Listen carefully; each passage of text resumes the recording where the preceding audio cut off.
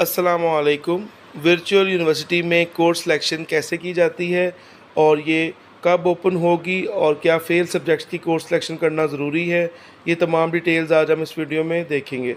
तो अगर आप मेरे चैनल पर नए हैं तो मेरे चैनल को सब्सक्राइब करें और बेल आइकन पे क्लिक करें। एक नोटिफिकेशन आया है जिसको हम शेयर करते हैं। कोर्स सिलेक्शन के हवाले से एक नोटिफिकेशन आया, उसमें क्या बताया गया है कि जो इसकी कोर्स सिलेक्शन है वो आपकी थर्सडे मतलब 28 अप्रैल से ओपन हो जाएगी। और ये कब तक ओपन रहेगी, ये आपकी कोर्स सिलेक्शन 19 मई तक ओपन रहेगी। आपको जब क्लासेस आपकी स्टार्ट भी हो जाएंगी तब भी आपकी कोर्स सिलेक्शन जो है वो ओपन ही रहेगी। इट मीन्स कि अगर आपको कोई कोर्स आप ऐसा सेलेक्ट कर लेते हैं जो कि बाद में आपको समझ नहीं आ रही, आप उसको ऐड या ड्रॉप कर सकते हैं, ठीक है। और उसके बाद में जब आपकी ट्यूशन फ़ीस का वोचर एक मरतबा बन जाएगा तो उसके बाद में वो फिर दोबारा चेंज नहीं होगी, ठीक है।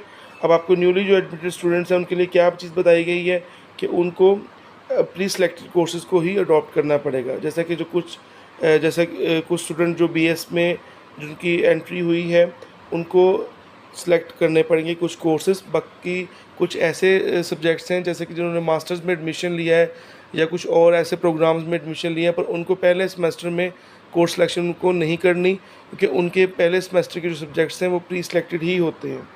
उसके बाद में जो एग्जिस्टिंग स्टूडेंट्स हैं उनको कोर्स सिलेक्शन करनी पड़ेगी जैसा कि उन्होंने बताया गया है।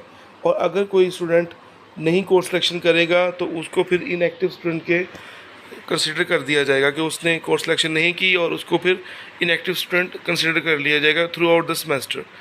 कोर्स या वर्कलोड क्रेडिट और जो है वो आपको एक लिमिट दी जाती है कि आपने इतने ही जो कोर्सेज़ हैं वो सिलेक्ट करने हैं। उसके बाद में publish separately each study program in course selection rules in given student handbook.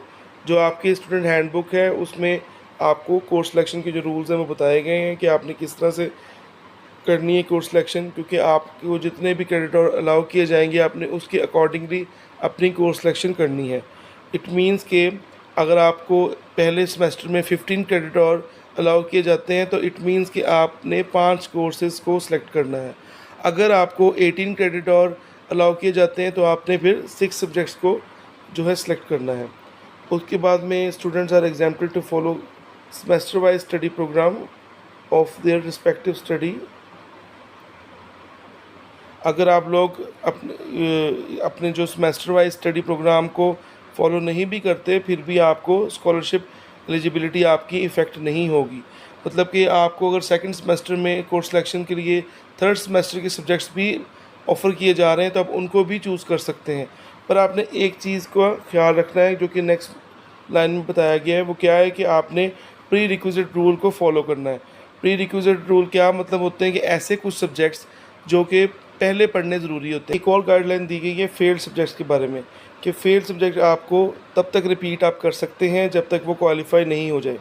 एक और चीज़ है जो कि इम्प्रूव या better of grade of a course क्या है कि अगर आप किसी सब्जेक्ट को इम्प्रूव करना चाहते हैं तो अगर उसके मार्क्स आपके बेहतर आ जाते हैं, ठीक है, तो वो आपके जो इम्प्रूव मार्क्स हैं वो पुराने मार्क्स को रिप्लेस कर लेंगे और आपका सीजीपीए जो है वो इंक्रीज़ कर दिया जाएगा।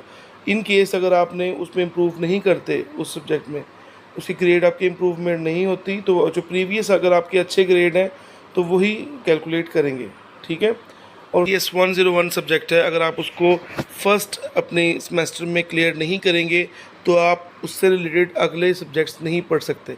इसके अलावा और भी मैनेजमेंट के भी बहुत से सब्जेक्ट्स हैं, आप उसको चेक कर सकते हैं कि कौन से सब्जेक्ट में कौन सा सब्जेक्ट पहले प्री रिक्विजिट है। मतलब एक चीज़ अगर आप पहले पढ़ेंगे, उस सब्जेक्ट को क्लियर करेंगे, तब भी आपकी नेक्स्ट सब्जेक्ट की कोर्स सिलेक्शन ओपन होगी।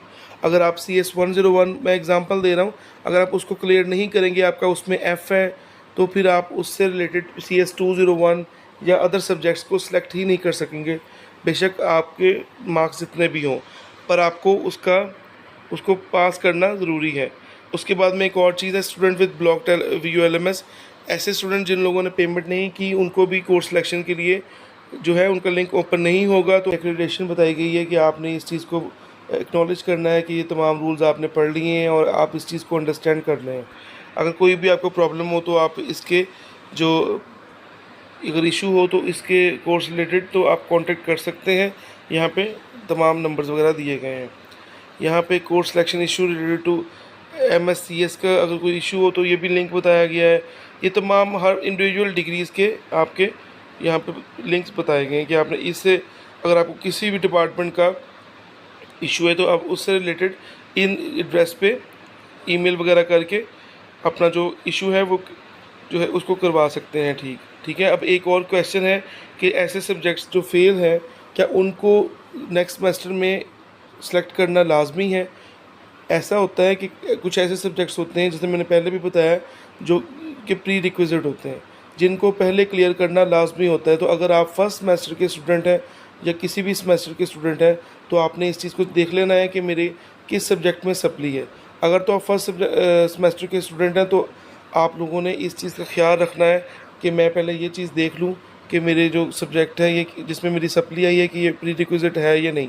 अगर तो वो प्री रिक्विजिट है तो आपको एज़ अर्ली एज़ पॉसिबल उसको कंटिन्यूइंग सेमेस्टर में सेलेक्ट करना ज़रूरी है। पर अगर वो ऐसा सब्जेक्ट है जो कि प्री रिक्विजिट नहीं है तो आप उसको किसी भी अपने डिग्री प्रोग्राम में सेलेक्ट करके क्लियर कर सकते हैं। और ऐसे सब्जेक्ट्स जो जिनमें आपका D या C ग्रेड है उसमें ग्रेड इम्प्रूव करना चाहते हैं उसको आप किसी भी टाइम सेलेक्ट करके इम्प्रूव कर सकते हैं। ऐसे स्टूडेंट्स जिनकी सप्ली ज़्यादा है या 2 हैं सप्लीज़ तो वो अगर चाहते हैं कि हम अपना सेमेस्टर रिपीट ना करें, सेमेस्टर हमारा एक एक्स्ट्रा ना लगे, तो उनके लिए क्या टिप है कि आपने इस सेमेस्टर में जो न्यू सेमेस्टर है इसमें बहुत ज़्यादा मेहनत करनी है। क्योंकि अगर आप मेहनत करेंगे आपका CGPA 3+ आता है तो फिर आपको क्रेडिट और एक्स्ट्रा मिल जाते हैं। मतलब अगर आपको 6 सब्जेक्ट्स के क्रेडिट और 18 मिलते हैं पर अगर आपका जो है CGPA 3+ आता है तो आपको फिर वो 3 क्रेडिट और एक्स्ट्रा मिल जाते हैं। मतलब आप एक जो सब्जेक्ट कोर्स को एक्स्ट्रा चूज़ कर सकते हैं और आपकी supply without any extra semester clear हो सकती है। तो उम्मीद है आपको इन टिप्स की और इस पूरे रूल्स की समझ आई होगी। Hope for the best to all students. अल्लाह हाफिज़।